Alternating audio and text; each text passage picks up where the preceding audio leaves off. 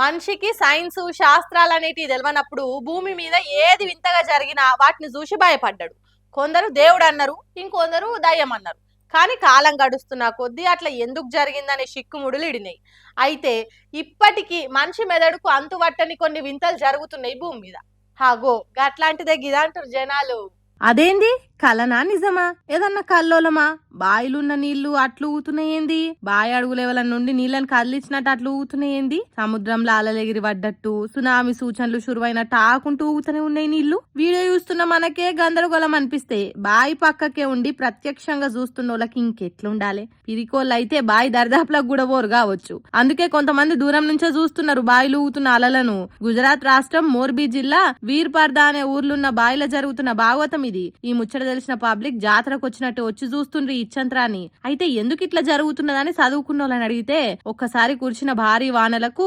భూమిలకు నీళ్లు స్పీడ్గా ఇంకుతాయట అట్లింకిన నీళ్లు భూమి లోపటున్న రాళ్లు రప్పల నడుమున్న గాలిని బయటికి నెట్టుతాయట ఆ పీడనంతోని బయటికి వచ్చే గాల్లే ఇట్లా బాయిలల్లున్న నీళ్లను అటు ఇటు ఊపుతుందట అంతేగాని దాంట్లో మాయలు అంతువట్టని ముచ్చట్లు ఏం లేవు అన్నట్టు చెప్తుండ్రు భూమి గర్భంలో జరిగే ముచ్చట్లు చదువుకున్నోళ్ళు ఈ ముచ్చట్లు తెలియనోళ్ళు 2 చేతులు జోడించి మొక్కుడు కూడా మొదలు పెట్టిండ్రట ఇంకా నయం కొబ్బరికాయలు ఉదిబత్తీలు బొట్లు బోనాలని షురువు చేయలేదు కాబట్టి మీ ఏరియాలో కూడా గిట్లా బాయిల నీళ్లు ఉయ్యాలు ఊపినట్టు అటు ఇటు కదిలితే ఏం భయపడకుండ్రి భారీ వానలు పడ్డప్పుడు ఇట్లా జరుగుడు కామనేనట ఏమంటున్నాం యాద పెట్టుకోర్రి.